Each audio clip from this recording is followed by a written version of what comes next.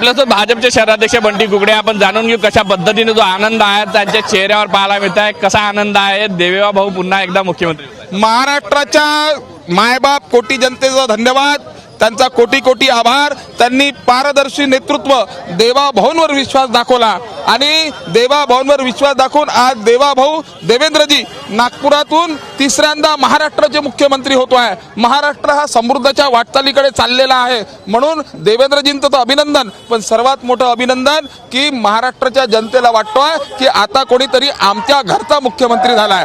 लाडक्या बहिणींचा लाडका भाऊ मुख्यमंत्री झालाय. युवा बेरोजगार युवकांचा लाडका भाऊ मुख्यमंत्री झालाय.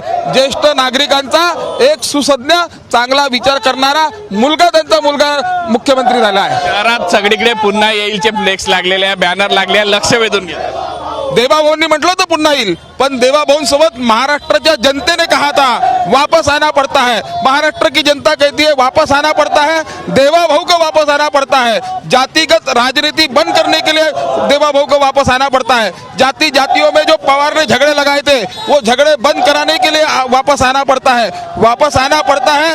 उद्धव ठाकरे और पवार ने जो 100 करोड़ के वसूली का धंधा चालू किया था, भ्रष्टाचार, वो बंद कराने के लिए वापस आना पड़ता है. और इस महाराष्ट्र को समृद्ध बनाने के लिए वापस आना पड़ता है. देवा भाऊ को वापस आना पड़ता है. ज्या पद्धतीने पक्षनेता म्हणून त्याची निवड झाली, पण उद्या मुख्यमंत्री पदाची शपथ घेणार आहे, तो जल्लोष कसा साजरा केला? त्याचा जल्लोष नागपुरात तर दुसरी दिवाळी साजरी होईल. आणि जेव्हा नागपुरात येतील त्या दिवशी काय असेल? त्या दिवशी होली और दिवाळी साथ में मनाएंगे.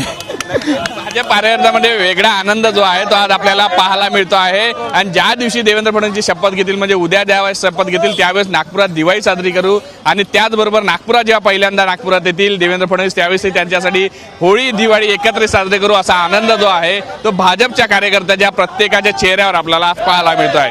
व्हिडिओ जर्नलिस्ट अशांत रंगारीसह पराग डोबळे, साम टीव्ही न्यूज, नागपूर.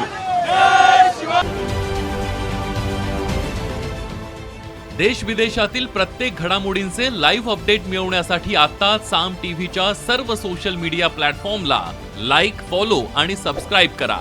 तसंच सर्व नोटिफिकेशनसाठी बेल आयकॉन प्रेस करायला विसरू नका.